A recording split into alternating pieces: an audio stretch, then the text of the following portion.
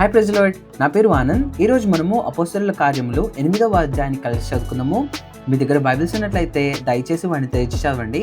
ఒకవేళ లేనట్లయితే స్క్రీన్ మీద వాక్యం వస్తుంది, దాన్ని చూసి చదవాల్సిందిగా కోరుచున్నాను. అపోస్తలుల కార్యములు 8వ అధ్యాయము.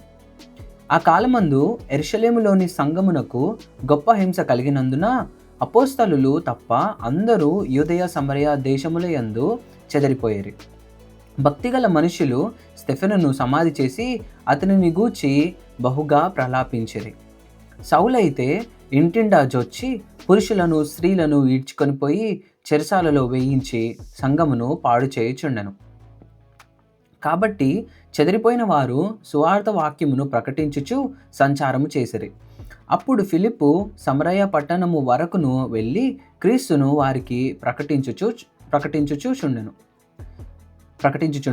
జనసమూహములు విని ఫిలిప్పు చేసిన సూచక క్రియలను చూచినందున అతడు చెప్పిన మాటలయందు ఏక మనసుతో లక్ష్యముంచగా అనేకులను పట్టిన అపవిత్రాత్మలు పెద్ద కేకలు వేసి వారిని వదిలిపోయెను. పక్షవాయువు గలవారును కుంటివారును అనేకులు స్వస్థత పొందిరి. అందుకు ఆ పట్టణంలో మిగుల సంతోషము కలిగెను. సీమోనను ఒక మనుష్యుడు లోగడ ఆ పట్టణములో గారడి చేయుచు తానెవడో ఒక గొప్పవాడని చెప్పుకొనుచు సమరయ జనులను విభ్రాంతిపరచుచుండెను. కొద్దివాడు మొదలుకొని గొప్పవాని మట్టుకు అందరూ దేవుని మహాశక్తి అనబడిన వాడు ఇతడే అని చెప్పుకొనుచు అతని లక్ష్య పెట్టిరి. అతడు బహుకాలము గారడీలు చేయుచు వారిని విభ్రాంతిపరిచినందున వారతని లక్ష్య పెట్టిరి. అయితే ఫిలిప్పు దేవుని రాజ్యమును గూర్చి యేసుక్రీస్తు నామమును గూర్చి సువార్త ప్రకటించుచుండగా వారతని నమ్మి పురుషులను స్త్రీలను బాప్తిస్మము పొందిరి.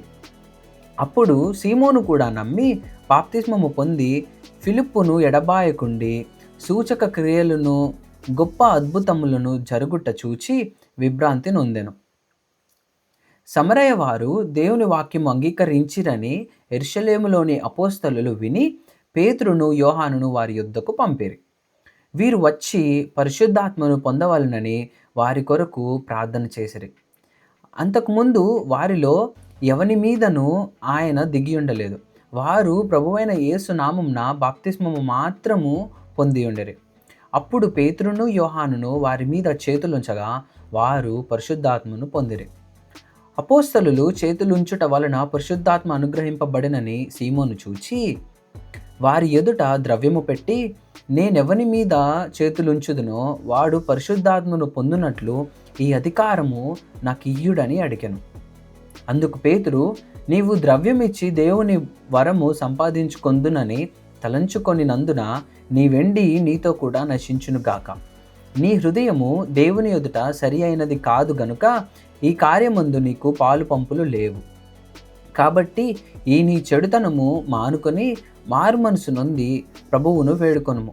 ఒకవేళ నీ హృదయాలోచన క్షమింపబడవచ్చును. నీవు ఘోర దుష్టత్వములోను దుర్నీతి బంధకములోను ఉన్నట్టు నాకు కనబడుచున్నదని చెప్పాను. అందుకు సీమోను, మీరు చెప్పిన వాటిలో ఏదియు నా మీదికి రాకుండా మీరే నా కొరకు ప్రభువును వేడుకొనడని చెప్పాను. అంతటా వారు సాక్ష్యం ఇచ్చుచు ప్రభువాక్యము బోధించి యెరూషలేమునకు తిరిగి వెళ్ళుచు సమరయుల అనేక గ్రామములలో సువార్త ప్రకటించుచు వచ్చిరి. ప్రభువు దూత, నీవు లేచి దక్షిణముగా వెళ్ళి యెరూషలేము నుండి గాజాకు పోవు అరణ్య మార్గమును కలిసికొమ్మని ఫిలిప్పుతో చెప్పగా అతడు లేచి వెళ్ళెను. అప్పుడు ఐథియోపియాల రాణి అయిన కందాకే క్రింద మంత్రి అయి ఆమె యొక్క ధనాగారమంతటి మీదనున్న ఐథియోపియుడైన నపుంసకుడు ఆరాధించుటకు యెరూషలేమునకు వచ్చి ఉండను. అతడు తిరిగి వెళ్ళుచు తన రథము మీద కూర్చుండి ప్రవక్తైన యెషయా గ్రంథము చదువుచుండెను. అప్పుడు ఆత్మ ఫిలిప్పుతో, నీవు ఆ రథము దగ్గరకు పోయి దానిని కలుసుకొనుమని చెప్పను. ఫిలిప్పు దగ్గరకు పరిగెత్తుకొని పోయి అతడు ప్రవక్త అయిన యెషయా గ్రంథము చదువుచుండగా విని, నీవు చదువునది గ్రహించుచున్నావా అని అడుగగా అతడు, ఎవడైనను నాకు త్రోవ చూపకుంటే ఎలాగూ గ్రహింపగలనని చెప్పి రథం ఎక్కి తనతో కూర్చుండుమని ఫిలిప్పును వేడుకొనెను. అతడు లేఖనమందు చదువుచున్న భాగమేదనగా, ఆయన గొర్రెవలె వధకు తేబడెను. బొచ్చు కత్తిరించు వాని ఎదుట గొర్రెపిల్ల ఏలాగు మౌనంగా ఉండునో అలాగే ఆయన నోరు తెరవకుండెను. ఆయన దీనత్వమును బట్టి ఆయనకు న్యాయ విమర్శ దొరకక పోయెను. ఆయన సంతానమును ఎవరు వివరింతురు? ఆయన జీవము భూమి మీద నుండి తీసివేయబడినది. అప్పుడు నపుంసకుడు, ప్రవక్త ఎవని గూర్చి ఇలాగ చెప్పుచున్నాడు?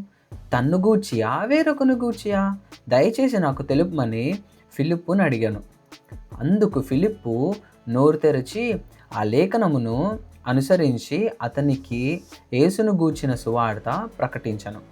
వారు త్రోవలో వెలుచుండగా నీళ్లున్న యొక్క చోటికి వచ్చినప్పుడు నపుంసకుడు, ఇదిగో నీళ్లు, నాకు బాప్తిస్మిచ్చుటకు ఆటంకమేమని అతన్ని రథము నిలుపమని ఆజ్ఞాపించాను.